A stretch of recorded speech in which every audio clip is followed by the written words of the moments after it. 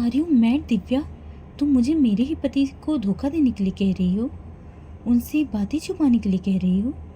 अरे कितना प्यार करते हैं अभिमान तुमसे।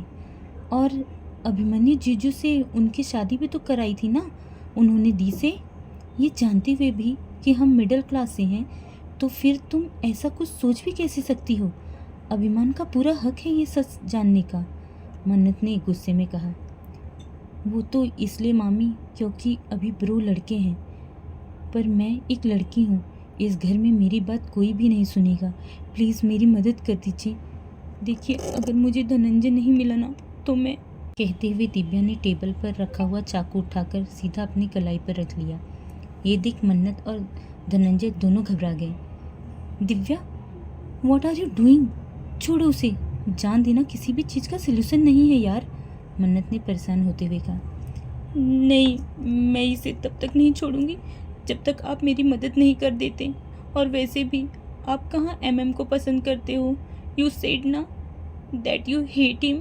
आप दूर जाना चाहते थे ना उनसे। फिर आज जब आपके पास मौका है तो क्यों आप उनकी फिक्र कर रहे हो? दिव्या ने रोते हुए कहा। उसकी बात सुन मन्नत का दिल बेचैन हो उठा। ये क्या हो गया है मुझे? सही तो बोल रही है वो। मैं तो नफ़रत करती हूँ ना उनसे, फिर आज मैं क्यों उनके लिए परेशान हो रही हूँ? नो नो नो मन्नत, भूल मत। उसी इंसान की वजह से तेरे दोस्त रक्षित की जान गई थी। उसने ज़बरदस्ती तुझसे शादी की, तेरे घर वालों को भी तुझसे दूर कर दिया। उस इंसान ने, उसके लिए तुझे हमदर्दी दिखाने की ज़रूरत नहीं है, मन्नत ने पक्के इरादे से अपने मन में सोचा। प्लीज़ मन्नत, हाँ बोल दीजिए, वरना वो अपने आप को चोट पहुंचा देगी, धनंजय ने तेज आवाज़ में कहा। तो मन्नत होश में आई और जल्दी से बोली, चाकू छोड़ दो, मैं तैयार हूँ तुम्हारी मदद के लिए। मन्नत की हाँ सुन दिव्या ने चाकू छोड़ दिया। पर हमें आज रात ही निकलना होगा क्योंकि मुझे स्विट्ज़रलैंड जाना है, मन्नत ने कहा। पर स्विट्ज़रलैंड ही क्यों? दिव्या ने पूछा। मेरे दोस्त रक्षित की मॉम डैड वहीं रहते हैं। मैं कुछ दिन मामला ठंडा होने तक मैं वहीं रुकूंगी और साथ ही उन्हें, कहते हुए मन्नत की आवाज़ नम हो गई, उन्हें रक्षित की मौत की खबर भी दे दूंगी। दिव्या मन्नत के कंधे पर हाथ रख।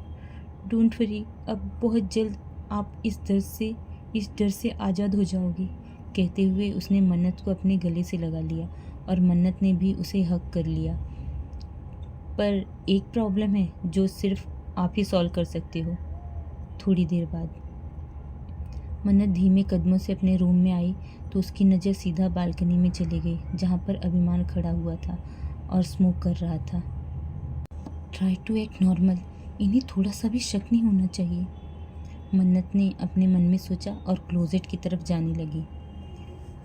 कम to me little one, Abhiman ने सर्द आवाज़ में कहा, जिसे सुन मन्नत के कदम रुक गए और वो सीधा अभिमान के पास जाकर उससे थोड़ी दूरी बनाकर खड़ी हो गई।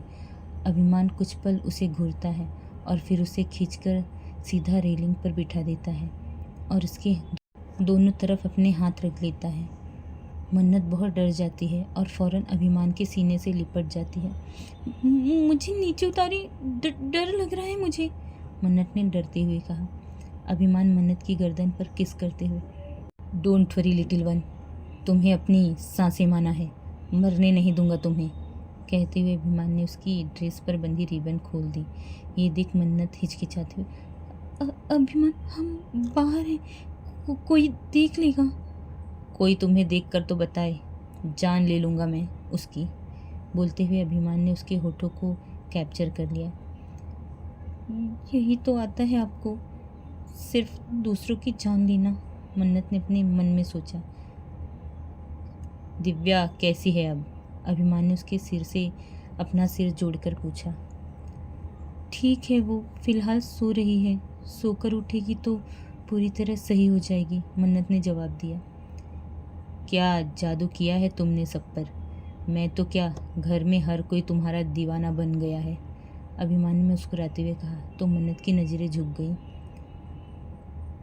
पता है, तुम ना चाहे तो ज़िंदगी भर मुझे मत अपनाओ, मैं पूरी ज़िंदगी सिर्फ तुम्हारे एहसास के सहारे काट लूँगा, पर प्लीज़ कभी मुझे छोड़कर मत जाना। ज़िंदगी में पहली बार किसी को इतनी शिद्दत से प्यार किया है, इतना चाहा है। अगर तुम मुझसे दूर हो गई ना तो पता नहीं मैं क्या कर बैठूंगा। अभिमान ने उसके हाथ पर किस करते हुए कहा तो मन्नत उसे देखने लगी। अभिमान की बातें हमेशा उसका दिल जीत जाती थी। काश ऐसी बातें मैं भी कर पाती तो शायद प्यार में धोखा न मिलता मुझे। मन्नत ने मुस्कुरा कर कहा, क्या फ़ायदा इन बातों का, मेरा प्यार तो अब तक मुझसे नफरत करता है। अभिमान ने भी मुस्कुराते हुए कहा, मुझे नीचे उतारिए प्लीज़। मन्नत ने एक बार फिर कहा तो अभिमान ने उसे उतार दिया। रात का वक्त। अभिमान उसे अपनी बाहों में भरकर सो रहा था, लेकिन मन्नत की आंखों में नींद का तिनका भी नहीं था।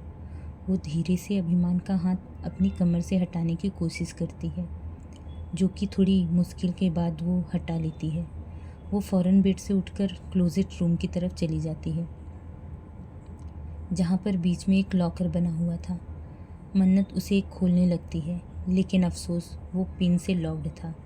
ये देख मन्नत अपना सिर खुजलाते हुए दिव्या को मैसेज करती है, तो थोड़ी देर बाद दिव्या का रिप्लाई आता है, आई थिंक पासवर्ड ज़रूर MM का बर्थडे हो सकता है। उसने अभिमान का बर्थडे भी मेंशन किया था। मन्नत फ़ौरन ट्राई करती है, लेकिन एरर लिखकर आ जाता है।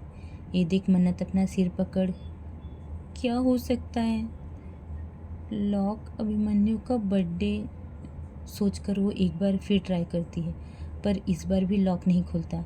तभी मन्नत के दिमाग में कुछ आता है और वो दिव्या को मैसेज करती है, और उसका रिप्लाई आते ही मन्नत एक बार फिर ट्राई करती है, तो इस बार लॉक खुल जाता है।